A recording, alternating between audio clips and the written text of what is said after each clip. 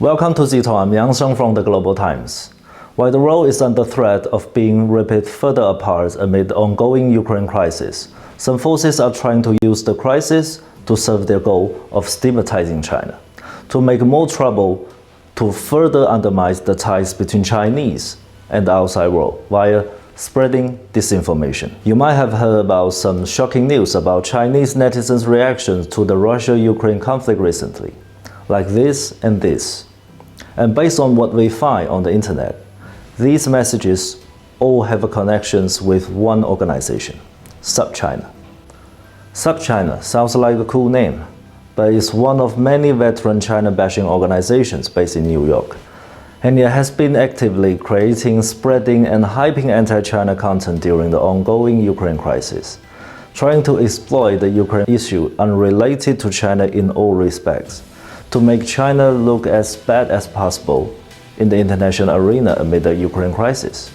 Previously, when the situation had just begun to worsen in Ukraine, a handful of netizens, male respondents to be exact, made some terrible jokes or comments on the China's social media platforms that they wanted to take home Ukrainian beauties who have lost their homes amid the ongoing Ukraine crisis.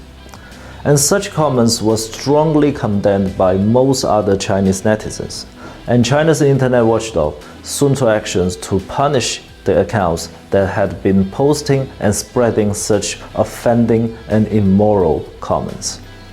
However, an article published by SupChina alleged that misogynistic comments about potential Ukrainian refugees began trending and extended beyond the virtual borders of the Chinese internet. Those responsible for spreading such disinformation on Twitter are also mainly accounts supporting Hong Kong secessionism or other anti-China contents. The article ignored the fact that the mainstream of Chinese people hold a generally friendly and empathetic attitude toward the Ukrainian people, and the Chinese government has repeatedly called for peace and talks between the stakeholders. The story by SupChina has made some Ukrainian peoples get offended and misguided, and some innocent Chinese citizens in the countries have been treated unfriendly or even threatened. This is what the anti-China groups like SupChina want to see. They have distorted the facts on China and create a story based on what they need to poison the ties between China and other countries. Although their name is SupChina, to clarify the truth or to reduce the misunderstanding between China and other countries is never their mission. They only want the things to get worse. On February 25, SupChina also interacted with willing clients to help promote the US political stance on the Ukrainian issue. The US government is standing in the shadow behind this propaganda warfare against China. The Global Times has learned from multiple sources that the anonymous US officials quoted by New York Times to groundlessly accuse China of supporting Russia's military operations is actually from White House National Security Council.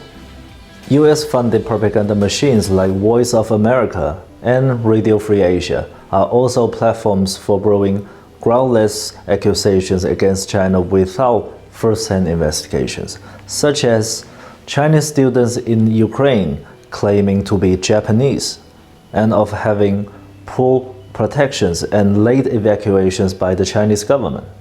We all can see that the Chinese students evacuated from Ukraine were all grateful for the efforts made by the Chinese embassy, and they are very proud to be Chinese.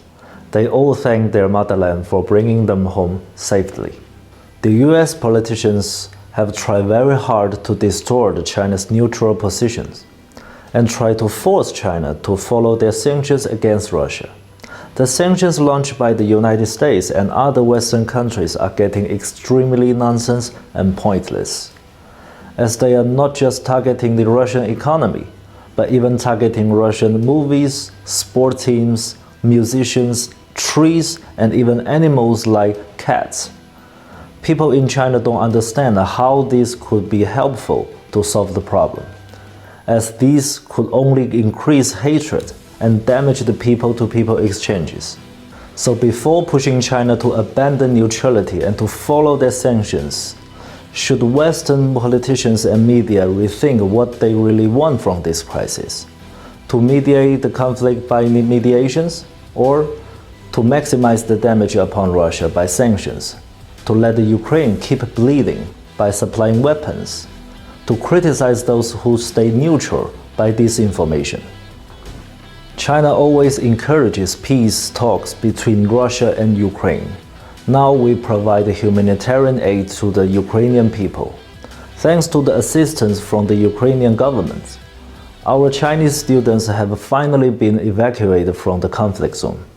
This is the most convincing fact that proves China plays a responsible and constructive role, and is welcomed by both Russia and Ukraine. Before we say goodbye, I would like to ask you a question. Do you think the United States should be blamed for the ongoing crisis? Is it qualified to criticize the country who choose to stay neutral? Feel free to share your opinions with us. Thank you for watching. See you next time.